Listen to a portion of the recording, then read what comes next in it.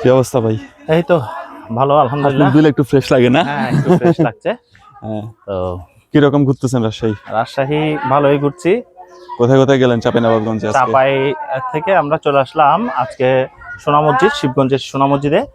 ওখান থেকে আমরা এখন তোহাখানা আসলাম। সোনা মসজিদ এটা অনেক একটি ঐতিহ্যবাহী পুরনো অনেক সুন্দর মসজিদ, না? অনেক কালো সুন্দর। পাথরের যেই কালো পাথরের, মসজিদটা। হ্যাঁ, স্থাপত্য নিদর্শনের এই একটা জায়গা।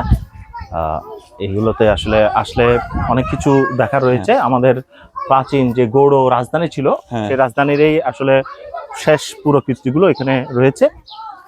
মসজিদটা তো অনেক পুরনো শুনেছি, প্রায় 1500 শতকের একটি মসজিদ। সুলতান শাহ আলাউদ্দিন শাহের সময়ের 1500 শতকে বাংলার যখন নবাব ছিল, তারাই আসলে এগুলো তৈরি করেছে এই আর কি।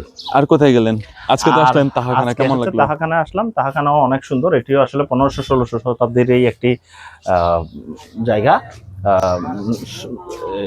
বিশেষ করে পূর্ব শাহ সুজার আমলে শাহ নিয়ামতুল্লাহ শাহের নাম অনুসারেই এটা আসলে করা হয়েছে। তো এখানে এসে আসলে অনেক ভালো লাগলো। মূলত হচ্ছে গ্রীষ্মকালীন সময়েও এখানে অনেক ঠান্ডা। তোহাটা আসলে ফার্সি শব্দ থেকে আসছে এবং অনেক কাঁচা কাঁচা আম দেখা যায় এখানে। আমও আছে, হ্যাঁ। আমাদের ওখানে কিন্তু এই আম থাকলে অনেকে ছিঁড়ে নিয়ে নিত।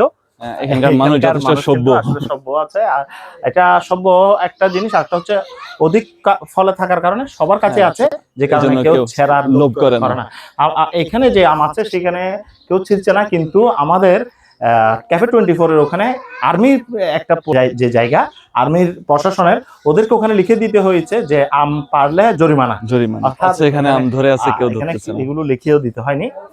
তারপর হচ্ছে আমরা এখান থেকে আসলে আমাদের জার্নি পরবর্তীতে আমরা আবারও বরেন্দ্র জাদুঘর এবং সময় পেলে আমরা নাটোর এবং খুলনা সহ বিভিন্ন জায়গায় আমাদের অনেক লম্বা জার্নি করার ইচ্ছা আছে। যদি তুমি আমাদেরকে ইনশাআল্লাহ এই পর্যন্ত সবাইকে ধন্যবাদ।